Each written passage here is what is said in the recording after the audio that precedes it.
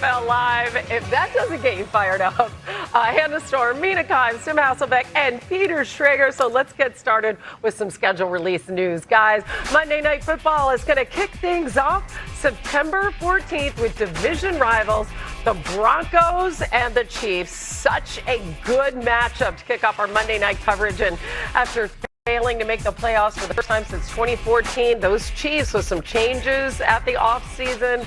Their offensive coordinator replacing Matt Nagy. They bring back Eric Bieniemy. They signed Justin Fields as a backup for insurance after Patrick Mahomes tore his ACL and LCL in December.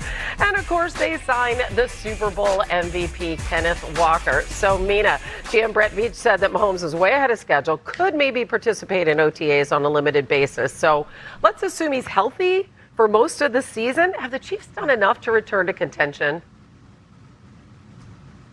Offensively, I don't know. They're really betting on that run game improving. But defensively, I do think the Chiefs did a good job addressing one of their biggest weaknesses last year, which was the lack of a consistent pass rush. This was still a team that blitzed a ton, fourth highest rate in football under Steve Spagnuolo. But when they did blitz, they weren't getting home. 25th in pressure rate, 27th in sack rate. And it feels like with some of the additions they made in the draft, two of their top three picks being defensive linemen, Peter Woods and R. Mason Thomas, they really want to improve the speed on that front and perhaps lean more on the four-man rush to put less pressure on the secondary.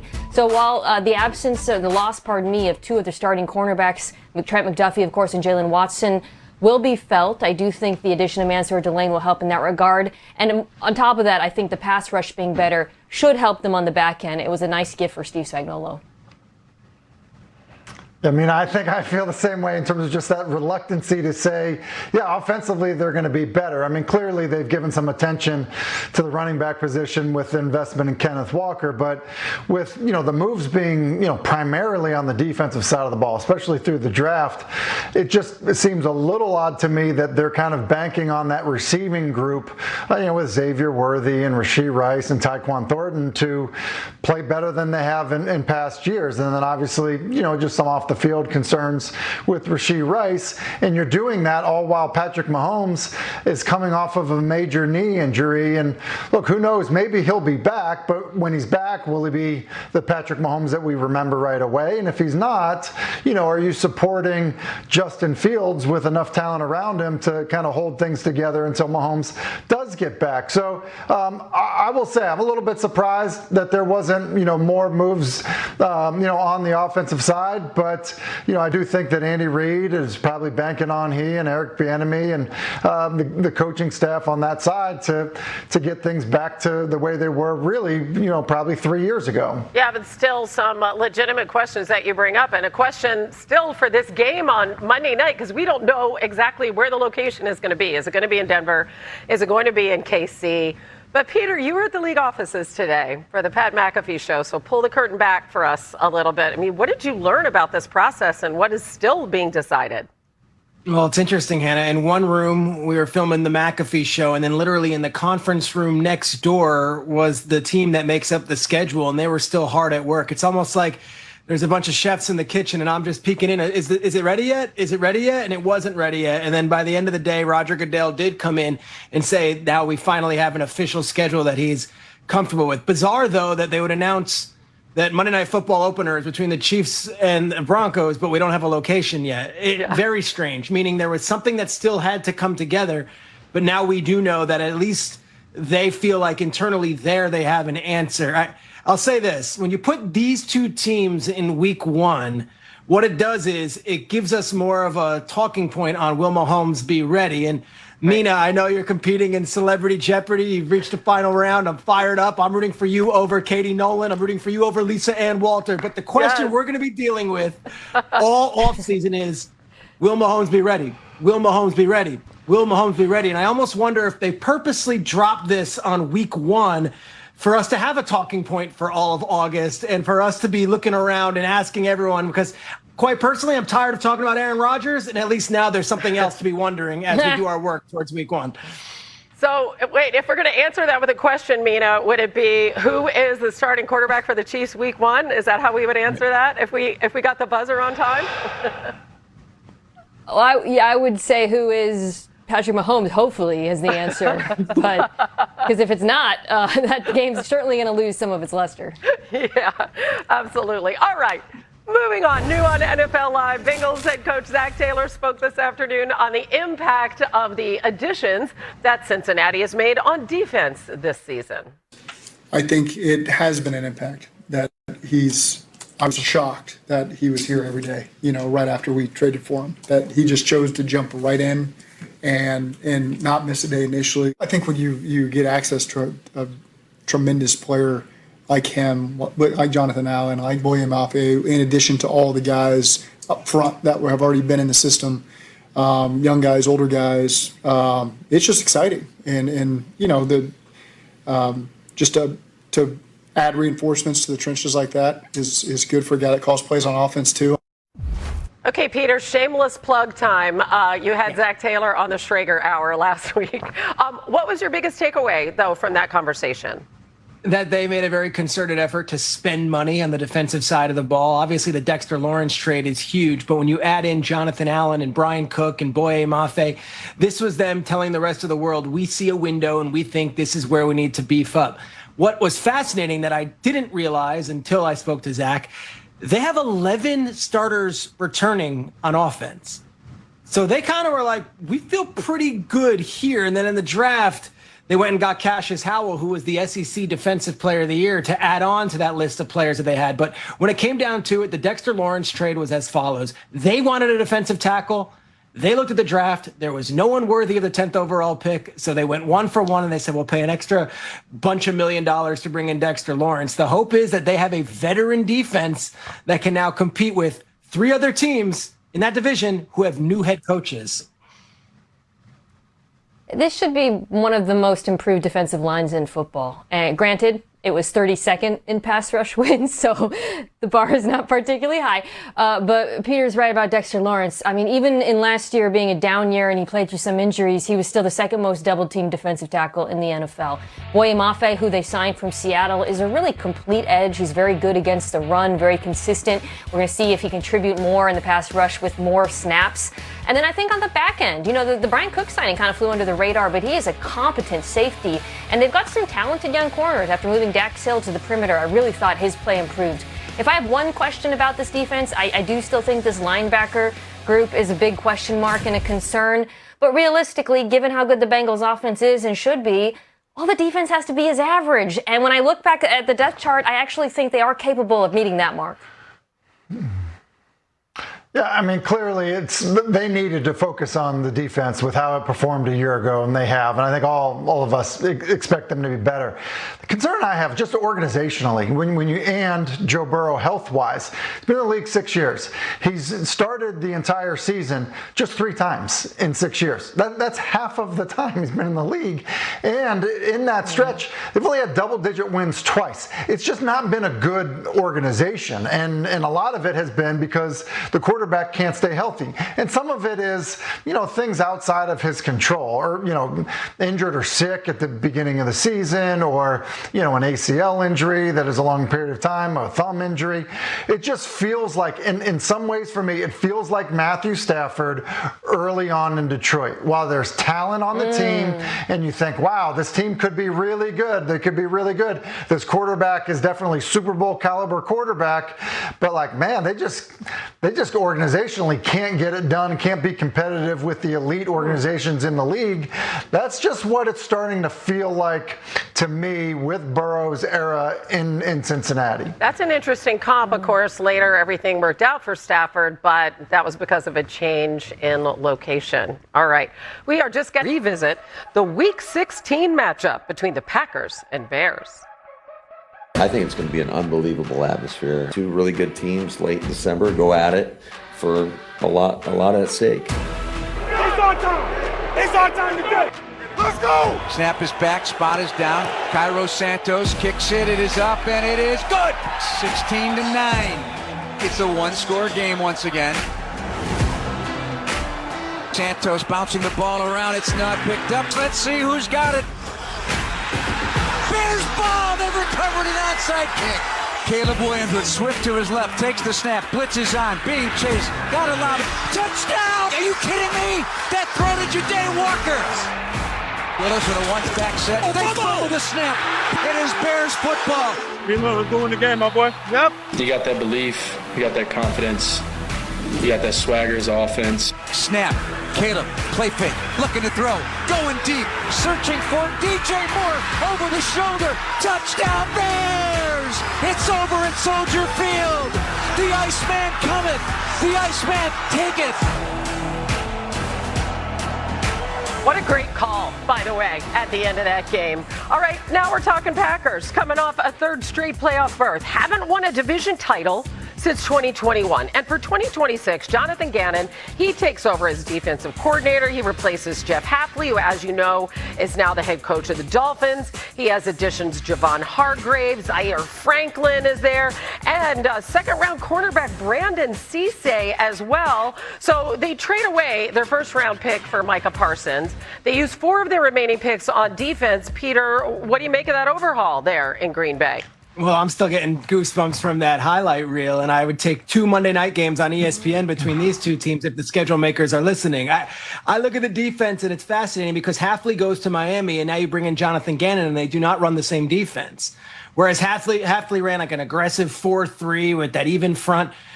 Jonathan Gannon is more of that Fangio style where it's going to be mixed, it's going to be 3-4, and it really is going to be contingent, a lot of that, on that front seven and how they can handle things with Gannon.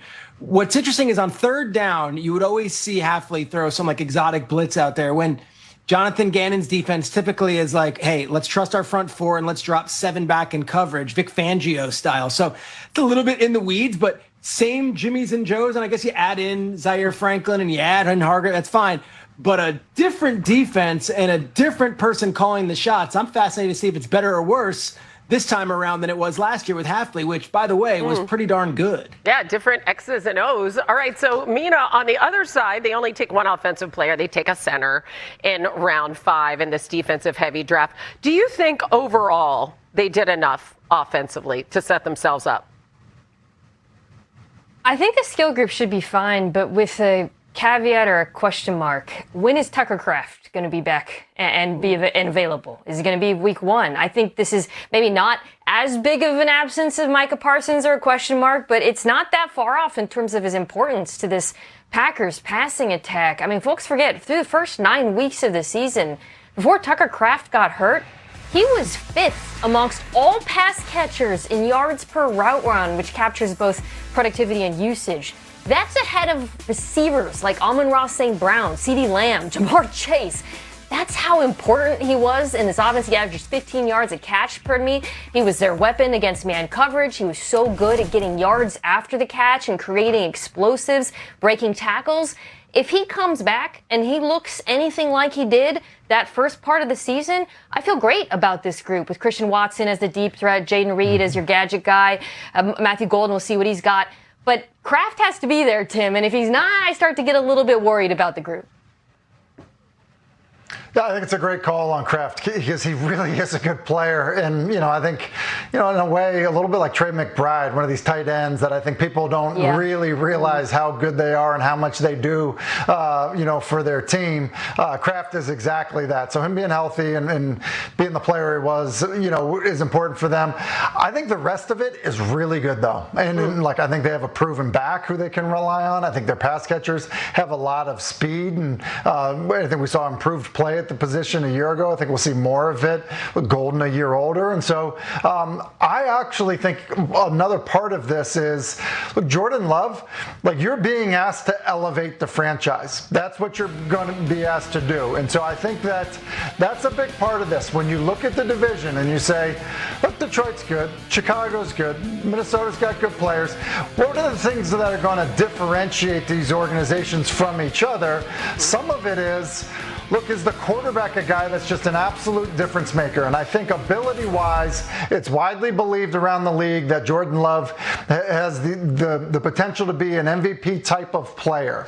But I think that the production needs to start to match that, because the last 2 years have not been as good as it was 3 years ago. And I think that's really going to be what separates teams in the division. Does Minnesota get great quarterback play? The Chicagos continue to elevate with their superstar? Like, what is it that will change it? And I think that's the pressure that Jordan Love is under. Speaking of pressure, he was pressured on 29% of his dropbacks last season, the most by a Green Bay quarterback in 8 years. They are tied for the third toughest schedule. All right, in mid-January. He's doing great. He'll be well ahead of time for training camp. I think there's a good chance we see him in this offseason program in June. We're going to be the ones kind of holding him back, if you will. The follow-up procedure was not a surprise. No surprises. We feel real good about where he's at. And you guys will have a chance to see it, here in a few weeks. But clearly, full speed by training camp. We just want to be smart. All right, so Tim, assuming that Nix is good to go, this was a team that obviously had a Super Bowl trajectory before he was unable to play in the AFC title game. So what are your expectations for the Broncos this year?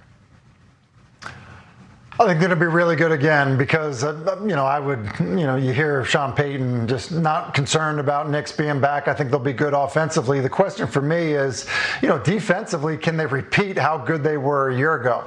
Top 3 scoring defense, top 3 in terms of yards allowed, first in sacks in the National Football League, first in red zone efficiency. And so I think when you look at them defensively, they were really, really good. And, that's a big part of the reason I think that you've seen the quarterback development that you've seen in Denver. Just quite frankly, when you're not, playing from behind or feeling like you always are playing catch up, you can kind of control the game the way you want. And so are they able to recreate that? Are they able to do that? Vance Joseph has come in and done a really good job. That, to me, I think will be, more so the key and the concern than, hey, how healthy is Bo Nix, with the expectation he'll be back.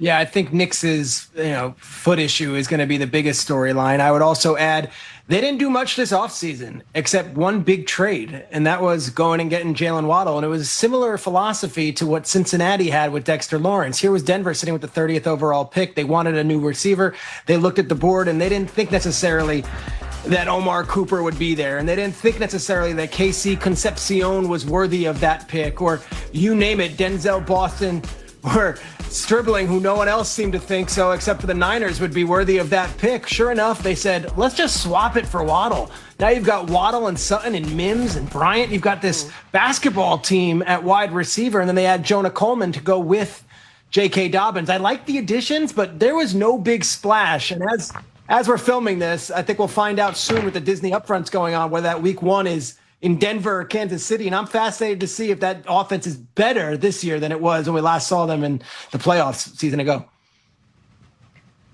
I think it will be, and Waddle is a big part of why. I mean, I loved this addition for the passing game. I also love, Peter, what it will do for the run game. Kind of one of the mysteries or questions watching this Broncos offense over the last couple of years is, why don't they run the football better despite the fact that they have a very good run-blocking offensive line? And you can point to the backs. I do think losing Dobbins last season hurt them, and getting him back should help. But I also think the lack of fear of this passing attack hurt them as well. They faced the 6th highest rate of stacked boxes in the NFL. If you stack the box with Jalen Waddle and Courtland Sutton on the field, as well as some of their auxiliary players, that's a scary proposition. So I think that will open things up on the ground. They'll face more lighter boxes, and those running backs will benefit from his presence. Yeah, I can't wait to see what he does in Denver. Only 100-yard receiving game last season, so it should be a lot of fun. Obviously, they are not going to be sneaking up on anyone this year. All right, yesterday it was announced that the Lions and the Bills will kick off Thursday Night Football on September 17th. This will be the Bills' first regular season game in their new stadium, and prior to their final game in the old one, Chris Berman sat down with some Bills legends to reminisce on what that venue received. Site update, says Adam Schefter moments ago. The opening week one Monday Night Football game between the Broncos and the Chiefs will be played in Kansas City. The NFL had not finalized a game site until today. So you're right. Your reaction. We start in KC, Shregs. Yeah, that's quite a place to be. And Mina and Tim and Hannah, we could start the clock. Will he or won't he? Will Mahomes be under center? Or are we going to be prepping for Justin Fields against that Broncos defense? But back to Arrowhead we go. Kelsey, Mahomes, and the whole gang. Chiefs, they get the home game despite the fact they were swept and the Broncos won the division last year. Yeah, I know. Somewhat surprising, right? 0-2 to Denver, but they get to open the season at Arrowhead. All right, guys, let's get back to the Bills, though, okay? Sean McDermott is out. We know Joe Brady is in at the head coaching spot. They trade for DJ Moore. Mina, how much better does this make Buffalo? What do you think of them this season, their offseason moves? Yeah, it's funny because the Waddle trade happened before the draft, it almost flew under the radar. And you could argue the DJ Moore trade even more so, right? Even though that was Buffalo's big move. To me, it's a bet on him, I would say, returning to form a little bit and helping them address their biggest problem last year, which was the offense, being so much better against zone than man coverage. The Bills faced the most man coverage of any team in the entire NFL. And that was largely because against zone coverage, they were the best offense in football in EPA per play, whereas against man, they were essentially average. And that even despite the fact that when defenses play man, they turn their back to Josh Allen and they risk the possibility of him taking off. But they were so not afraid of this receiving group that they were willing to take that risk. Can DJ Moore change that? I think that's the biggest question and will probably go a long way towards determining whether or not this Bills offense improves at all. Yeah, I don't know if it's necessarily an upgrade. I guess the message got stale with McDermott, and I understand making a move, but they won a lot of games with Sean McDermott. They knocked on the door plenty of times. This is a big swing. Going to a first-time head coach, going to a first-time NFL defensive coordinator with Jim Leonard, who was a DC for a Wisconsin Badgers team for 5 years and has bounced around the NFL as a coach since his playing days. But Hannah, you know what? I can't just immediately say, oh, they upgraded because they've got Joe Brady as their new head coach. He's never been a coach anywhere as a head coach. So let's see, right? Like, we have to check out how it all plays out. Well, here's the rub, right? They've won 91 games since 2017, but that is the most ever in a 7-game span in NFL history without making it to the Super Bowl. So that's the goal. You know, every move they make is towards that. All right, new on NFL Live. Team that's been there plenty, the Patriots, and their wide receiver Romeo Doubs spoke about the potential addition of one A.J. Brown. Take a listen. I have a ton of respect for him. I mean, he's been a dude in this league for quite a long time. I understand there's a lot of rumors going around. Like, if he's here, I'd love to have him here. And if he isn't here, I'm still going to wish him the best because he's one of the guys in this league. So I was true to my word when I came here that, you know, there is no number one guy in this offense. I'm open to all roles. That's just part of this league. You know, the more you can do, the more you can do for the team, the more you show for yourself, just things of that nature. So. Goodness gracious. I guess we have to talk about this until early June. Tim, your thoughts on what you just heard from Dobbs?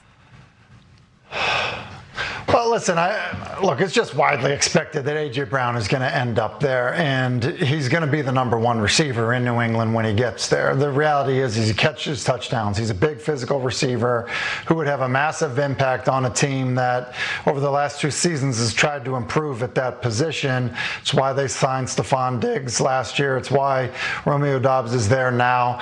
Look, they feel like they have a superstar quarterback who's on a rookie contract, and when that's the case, you need to step on the gas, put people around him so that you can have success. If they do that, you know, with A.J. Brown, I think it'll have a massive impact. And quite frankly, I think it'll make the receivers like Dobbs around him even better. All right, coming up, maybe Howie Roseman isn't up front. The Cincinnati Bengals and the Atlanta Falcons will play Week 9 Sunday, November 8th in Madrid, Spain.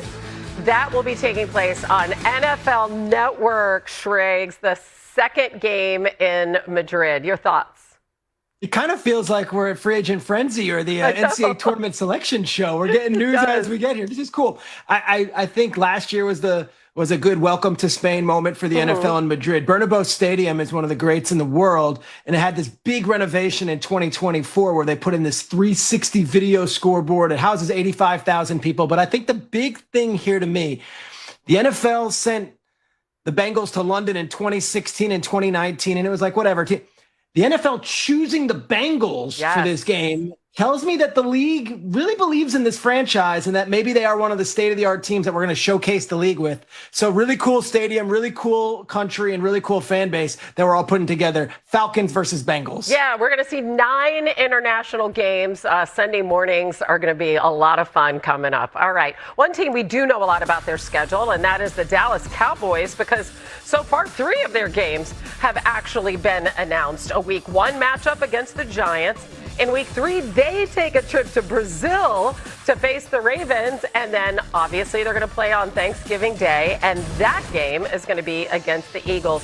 And when they take the field for this upcoming season, it will feature a new-look defense bolstered by a host of offseason signings and a pair of first-round draft picks, Caleb Downs, Malachi Lawrence, a new DC, and Christian Parker. Last season, they ranked last in the NFL in points and passing yards allowed. So, Tim, who's going to be the biggest difference maker on that defense? Well, I think Rashawn Gary is going to have a massive impact. They needed an edge rusher. They traded theirs away at the start of the season. So I do think that that's a big impact.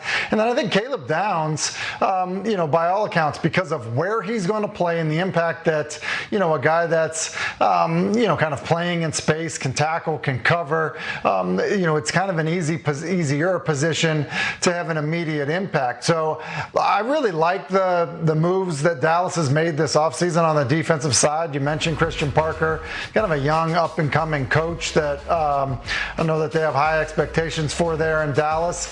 And then when you combine that with what I and many others believe is going to be one of the best offenses in the game because of their talent at wide receiver, because of who their quarterback is. I think Dallas, who we talk about seemingly a lot every single offseason, look, they really, I guess when I look at it, I think they have one of their better teams that they've had in recent memory. And so for that, the optimism and all the talk this time of year really is not for nothing. I think it's going to matter in a division that should be very winnable for them. Yeah, listen, Tim, they're currently the second favorites to win the NFC East at DraftKings Sportsbook. They're at plus 225.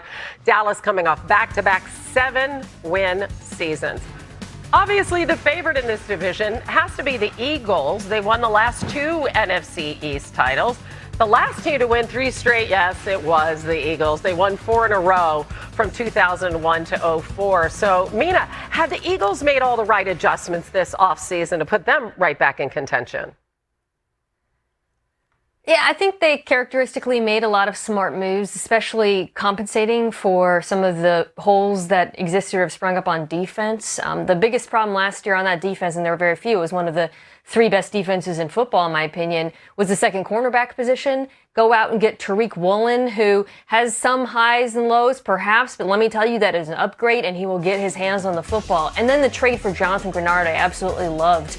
I think they wanted to retain Jalen Phillips, but Grenard is a fantastic consolation prize because he's such a good fit for that Vic Fangio defense, which likes to play with light boxes. He's very good at setting an edge. He will get pressure when Jalen Carter eats up those double teams. So I do think they did enough to maintain pace with that defense, which, given how good they were last year, well, that should be enough to compensate for any issues early on with the offense. Yeah, top 5 in scoring defense the last 2 years. Again, they have yet another new OC.